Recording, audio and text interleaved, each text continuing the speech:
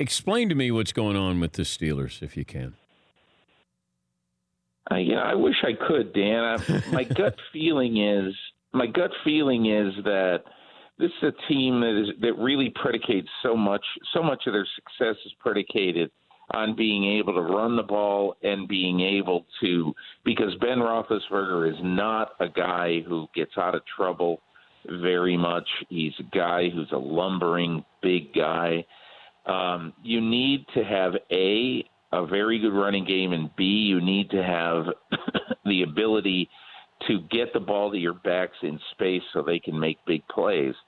And they had that with James Conner, obviously, this year, and they had it for 5 years before that with Le'Veon Bell. So I think without both of them, they start the game at a severe disadvantage.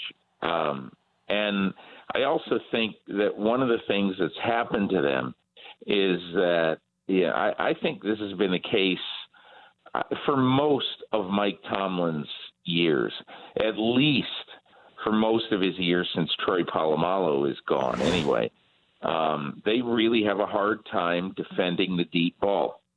And they haven't had good fortune in the draft getting corners. So I think that they ran up against a team yesterday, a team that can throw deep, even a team without Amari Cooper, because Derek Carr likes to throw the ball deep. And so those are a couple of things. I didn't watch that game closely yesterday, but that's what I've thought about them for the last 2 or 3 weeks. So the Steelers have a tough loss.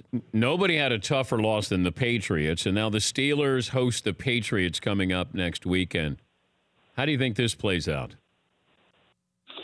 That's a good question. I mean, it's odd in the first place that these teams meet in the same week at the same time at the same place as they did last year. The Jesse James Bowl.